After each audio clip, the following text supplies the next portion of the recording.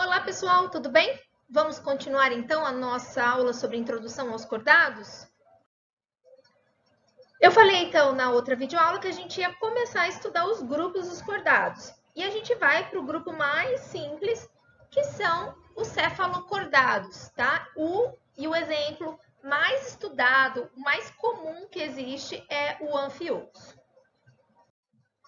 Bom, cefalocordado, tá? Por que é cefalocordado? Cefalocordado é porque a notocorda, o eixo de sustentação, ela se inicia na cabeça e ela se estende, ó, tá em amarelo a notocorda, olha o desenho, tá? Ela vai, ó, da cabeça até a cauda, ok? Então, ela se estende sobre todo o eixo do animal. Olha aqui, ele é bem pequenininho, o anfioxo, tá? Toma cuidado, gente, porque a gente não pode chamar o anfioxo de peixe, tá? Eu vou falar mais no final dessa videoaula aí o termo peixe, que está em desuso. Que na verdade esse termo ele foi utilizado, mas nem existe esse grupo. Eu já vou explicar. Então, os cefalocordados são popularmente chamados de anfioxos. Nós temos cerca de 30 espécies, são somente marinhos, tá? Não existe de água doce. A notocorda, então, se estende da cabeça, da região anterior, né, até a cauda, tá? E são animais filtradores. O que significa isso? Significa que eles filtram a água do mar em busca de alimento. Como que isso acontece? Acontece que a água entra pela boca, olha o desenho, tá? Essa água vai entrar pela boca, vai passar pelas fendas faringianas. Essas fendas faringianas, então, são responsáveis pela respiração do animal, né? Então, a água vai trazer o oxigênio, né? E aqui o endóstilo vai auxiliar na alimentação, nas partículas de alimento dissolvida na água. E essa água do mar entrando pela boca vai sair por essa saidinha chamada de atrióporo. Vejam que o atrióporo não é o ânus. Atrióporo é por onde sai a água que entrou, ok? Para o animal filtrar. O alimento vai ser digerido, tal, e vai ser excretado aqui pelo ânus. Tudo bem? Então, a água entra pela boca e sai pelo atrióporo. E existe o átrio. O que é o átrio? O átrio é uma cavidade onde estão as fendas faringianas. Entendeu? Então, átrio é o local onde estão as fendas. Beleza? Então, esse é o grupo mais primitivo. O que é primitivo? Que teria originado primeiro, né? Dentre os cordados. E agora, a gente vai para o segundo grupo, que são os urocordados. E o exemplo mais comum são as assídeas, são popularmente chamados de assídia, tá? Uro é cauda, tá? Então, o que acontece com os urocordados? Os urocordados, diferente dos cefalocordados, a notocorda vai estar restrita na região da cauda. Então, só vai ter notocorda na região da cauda. Isso nas larvas, porque quando o urocordado vira adulto, geralmente a notocorda ela não persiste. Tá? Então, é muito comum dentro deste grupo a notocorda só existir na fase larval. Lembra que eu falei para vocês isso lá na primeira videoaula? Né? Que nem sempre a notocorda está em todas as fases. Geralmente, ela some no estágio larval, ok? Uma característica muito importante deste grupo também vai ser o único grupo que não vai ter metameria. Durante a evolução, eles perderam a metameria. Tá? Então, ó, os cordados têm metameria, mas a perda da metameria no urocordado é secundária. Significa que o ancestral tinha metameria e perdeu ao longo da evolução. Então, olha, é até difícil de acreditar, né, gente, que são animais, esse grupo aqui que está na minha lateral, né? Nós temos hoje conhecidas mais ou menos 2.200 espécies. Também são todos marinhos, a gente chama de assídia. Também são chamados de tunicados, por quê? Porque eles têm um revestimento bem grosso da sua pele, né, chamado de túnica, tá? Então, essa túnica é uma estrutura resistente aí que reveste o corpo, por isso podem ser chamados de tunicado. Como eu falei para vocês no outro slide, a notocorda está na região da cauda das larvas e pode ou não persistir no adulto, dependendo da espécie, ok? Também, como eu falei, tem perda de metameria e da mesma forma que os cefalocordados, os urocordados são animais filtradores. Como que acontece essa filtração da água? Eles têm 2 sifões são entradas, certo? Dá para ver aqui também na figurinha azul aqui deles, né? São 2 sifões. O sifão bucal, que é o inalante, que é por onde a água vai entrar, vai passar pelas fendas faringianas e pelo endóstilo, e a água sai pelo sifão exalante ou sifão atrial. Então, entra pelo sifão inalante ou bucal e a água sai pelo sifão atrial ou exalante, ok? Vejam, gente, que é um animal. Esse animal tem testículo, tem ovário, porque nesse caso ele é hermafrodita, ok? Tem os 2 tipos. Tem intestino, tem estômago, ok? E agora, nós vimos os cefalocordados, vimos os urocordados e agora a gente vai ver os craniata. A presença do crânio. O que é crânio? A estrutura óssea feita de osso que protege a massa chamada de encéfalo, que seria o nosso cérebro, ok? Nesse momento, nós vamos aprender que nem todo craniata é um vertebrado, ok? Então, vamos lá. Vejam o que? Na figura. Presta atenção bastante na figura. Nós temos aqui um ancestral que desenvolveu o crânio, ok? O crânio. O crânio é o osso que protege o encéfalo. Esse ancestral, ele deu origem a um grupo que hoje vivente, que a gente chama de feiticeira. E aí ele continuou a sua trajetória e durante o curso da evolução surgiram as vértebras. Deixa eu tentar colocar de outra cor que não apaga as vértebras. Então, o que aconteceu durante a evolução? Surgiu o crânio da cabeça. Depois surgiu o osso da coluna, as vértebras. Então, assim, todo mundo que tem vértebra tem crânio. Mas nem todo mundo que tem crânio tem vértebra. Então, o que eu chamo de craniata, eu incluo a feiticeira. Mas a feiticeira não é um vertebrado. Por que ela não é um vertebrado? Porque ela só tem crânio, ela não tem vértebra, ela não tem osso de coluna. E antigamente, isso tudo, incluindo a feiticeira, eram chamados de vertebrados. Hoje, a gente não chama de vertebrado. Então, olha só, o crânio surgiu antes da vértebra. Portanto, todo animal que possui vértebra tem crânio. E se ele tem vértebra, ele é um vertebrado. Só que todo animal que tem crânio tem vértebra? Não. Qual que é esse grupo que tem crânio, mas não tem vértebra? Ó, crânio é o osso da cabeça, vértebra é o osso da coluna. É a feiticeira. Então, essa bichinha aqui, essa feiticeira, é o grupo que a gente chama aí de Mixonoidea. É um grupo só craniata. Ele não é vertebrado, porque não tem vértebra. Isso tem que ser muito claro na cabeça de vocês. Então, eu só posso chamar de vertebrado da lampreia para cima. A lampreia é essa daqui, ok? Então, a feiticeira é um craniata que possui somente crânio, mas não possui vértebra. Antigamente, nós chamávamos esse grupo da feiticeira aqui até os dipnóicos, até aqui, ó, vou fazer de verde.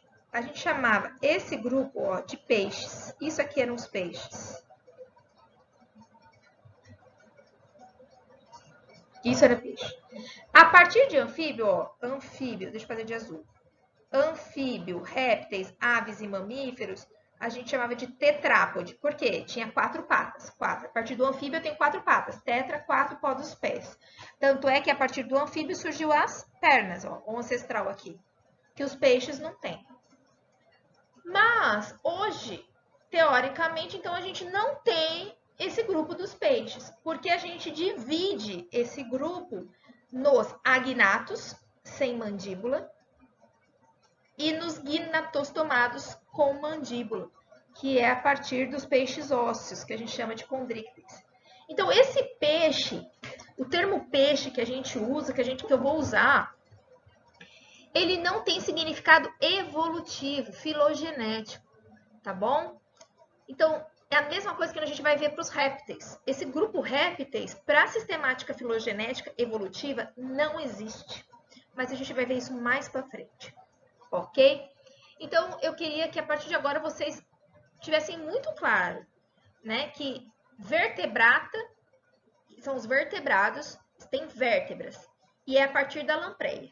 Feiticeira tem crânio, então craniata, mas não tem vértebra. Todos esses que vocês estão vendo aí, todos esses grupos que nós vamos estudar, todos eles, até o final de concluir o ano letivo, né? Eles têm crânio, ok? Lá na primeira videoaula de introdução aos cordados, a gente falou das características dos cordados, o que todo cordado tem. Agora, a gente vai ver o que todo craniata tem, ok? Então, são as características gerais dos craniata. Deixa eu colocar aqui, dos craniata. Dos que tem crânio. Então, primeira característica, crânio. E eu coloquei em asterisco vértebra. Por quê? Qual que é a exceção? A feiticeira.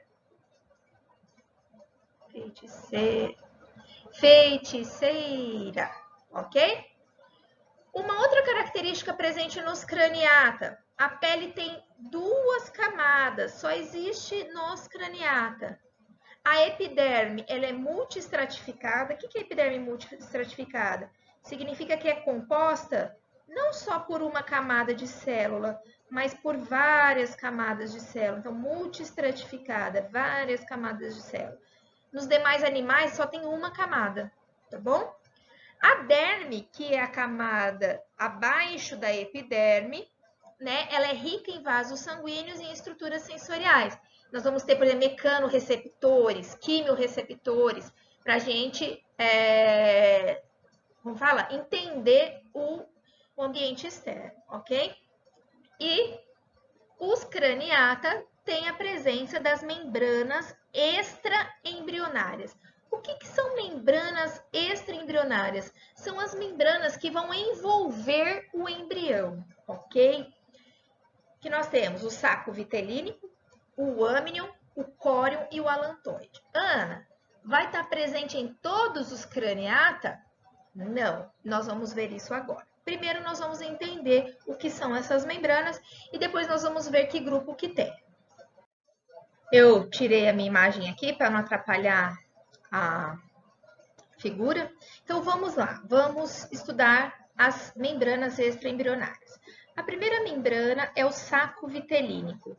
Se você se recorda também lá na primeira aula de introdução aos animais, eu falei do vitelo.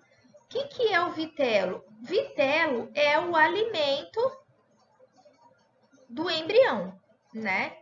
Esse alimento ele não vai ficar jogado ali junto com o embrião, ele vai ficar numa bolsa, né? Então é uma bolsa que abriga o vitelo e participa da nutrição. Imagina, observem que essa figura aqui, ó, é um ovo, né? Um ovo de galinha. Então o pintinho vai crescer. Onde que o pintinho cresce? O pintinho cresce na gema. Então vou pôr aqui o ovo, né? Aqui é a clara e aqui é a gema. Se houver fecundação, o pintinho vai começar a nascer aqui numa parte vermelhinha, né? Que a gente vê da gema. Então, esse pintinho, como ele não depende da mãe para nutrição, precisa do vitelo. Esse vitelo está representado na figura por essa bolsa aqui amarelada, ó. Então, o vitelo é um nutriente e está numa bolsa chamada de saco vitelínico. Observa que o saco vitelínico é ligado no intestino. Esse amarelo aqui, ó, que eu estou pintando, é o embrião, ok? Então, esse saco vitelínico liga-se ao intestino. Ele é desenvolvido nos animais ovíparos, ou seja, que botam ovos. Então, vai ter o saco vitelínico vai estar grande, né?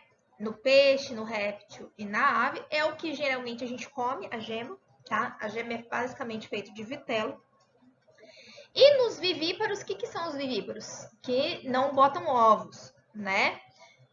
Que geralmente tem a placenta. Então, a função do saco vitelínico passa a ser executada pela placenta. Então, nem sempre nos cordados o saco vitelínico ele é grande. Tá? Um exemplo disso são os mamíferos vivíparos. O âmnion, né? É a membrana que envolve o embrião, o âmnion aqui. Ele vai envolver o embrião, deixa eu pôr de outra cor aqui. E o âmnion, ele vai abrigar, na verdade, a cavidade amniótica abriga um líquido que é o líquido amniótico.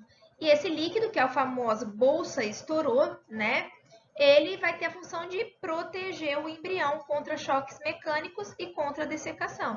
Lembrando que todo o embrião ele cresce e se desenvolve na água, ou seja, no líquido amniótico. Então, está presente em répteis, aves e mamíferos. O saco vitelínico, ele está presente nos peixes, nos répteis, nas aves e nos mamíferos. Lembrando que nos mamíferos que tem placenta vai estar regredido. A partir de agora, o âmnion, o córion e o alantoide só vai ter a partir de répteis. Então, olha só, das 4 membranas extraembrionárias, o peixe só tem saco vitelínico. Peixe não tem âmnion, não tem córion e não tem alantoide. O que é o córion? O córion também é chamado de serosa. E o córion é a membrana mais externa que existe. Vou fazer em verde aqui, ó. Tá em roxo, né? É a mais externa que existe. E também serve para proteção. Veja também que está presente em répteis, aves e mamíferos. Ok? Essa albumina que vocês estão vendo é a clara do ovo. E por fim, mas não menos importante, o alantoide. O que é o alantoide? O embriãozinho, gente, que cresce fora da sua mãe, a tartaruga, por exemplo, o pintinho, a partir do momento que ele vai comendo, ele vai excretando, né? Então, as fezes, né? A excreção dele tem que estar em algum lugar. Aonde que fica? Fica no alantoide, nessa estrutura, deixa eu fazer de azul aqui, ó. Então, o alantoide vai armazenar o que a gente chama de excretas nitrogenadas, a excreção, tá? Em répteis, ovíparos, ou seja, que botam ovos, ok? E aves. Nos mamíferos vivíparos, ou seja, que tem placenta, a mesma coisa lá do saco vitelínico, vai estar reduzido, porque quem faz a excreção é a placenta, ok? Então, nos placentários, quem tem placenta, olha o alantoide como está regredido. Olha a diferença do tamanho desse alantoide para esse alantoide aqui, ok? Eles têm uma outra função, junto com o córion, nos animais que botam ovos, que é participar das trocas gasosas. Tá? Mas, basicamente, é armazenar as excretas para que esse embrião não entre em contato com a excreta, ok? Então, nos vertebrados ovíparos, a excreção vai ser ácido úrico. Nós vamos ver mais para frente, eu imagino, não sei se vai ser esse ano, a excreção. Né? Os animais, ou eles excretam ácido úrico, ou amônia, ou ureia, ok? Sendo que o ácido úrico é aquele menos tóxico. Claro que tem que ser menos tóxico quem bota ovo. Por quê? Porque se for uma substância tóxica, vai acabar matando o embrião. Então, animais vertebrados que botam ovos, o embrião excreta, elimina ácido úrico, que ele não é tóxico. Tudo bem? Para finalizar, eu gostaria que vocês anotassem essa frase, que ela é muito importante, cai muito no vestibular, tá bom? O que acontece? O que eu falei para vocês? Olhem no cladograma aí nessa árvore filogenética. Então, nós temos o surgimento do crânio, e aí nós temos a feiticeira. Aí surgiram as vértebras a partir da lampreia, ok? Depois vai surgir a mandíbula, as maxilas, que nós vamos considerar os peixes, que a gente chama de peixes. E aí depois surgem as patas, as pernas, a partir de anfíbio. O que eu falei para vocês? Que de peixe para frente tem o saco vitelínico, das 4 membranas lá, né? O saco vitelínico. Só que é só a partir de répteis, anotem isso, que vão surgir as demais, o âmnion, o córion e o alantoide. Isso teve uma implicação evolutiva muito importante, que é o que vocês vão ler agora. O surgimento do ovo amniótico, ou seja, a presença dessas 3 membranas. O que é o ovo amniótico? É aquele que tem o âmnion, o córion e o alantoide. Foi um dos fatores importantes no sucesso da conquista do ambiente terrestre. A gente vai perceber ao longo do nosso estudo que a independência da água prática desses animais se dá a partir de répteis. Porque anfíbio, que é biovida, 2 vidas. O anfíbio passa uma parte da vida dele na água e outra parte da vida na terra. Esse aqui, o anfíbio. A partir dos répteis, a gente não tem isso. Nós temos uma independência maior da água. Tá? Então, essa independência, esse sucesso evolutivo no ambiente terrestre é em grande parte devido ao surgimento do ovo amniótico, da presença do ovo com casca. Olha lá, o saco vitelínico já existia antes da evolução do ovo amniótico. As demais estruturas, âmnion, alantoide, córion e a casca dura que a gente conhece da galinha, surgiram com o ovo amniótico. Anfíbios e peixes, como eu acabei de falar, anfíbios e peixes, a gente chama que são animais anamnióticos. Não tem nem âmnion, nem córion, nem alantoide. Os répteis, aves e mamíferos, animais amnióticos. Tá? Isso é importantíssimo. E a gente finaliza a aula aqui, né? Essa questãozinha, ela pode ser respondida um pouco mais para frente, porque envolve aqui algumas questões, mas caiu na FUVEST do ano passado, seria legal vocês tentarem fazer, ok? Lembrando que para uma questão de múltipla escolha, você não precisa saber tudo. Essa aqui é uma segunda fase, ok? Sobre a fase de neurula. Bom, e essa última questãozinha aqui também de segunda fase, bom? Um beijo, até a próxima, falando dos agnatos, tá? Dos cordados sem mandíbula.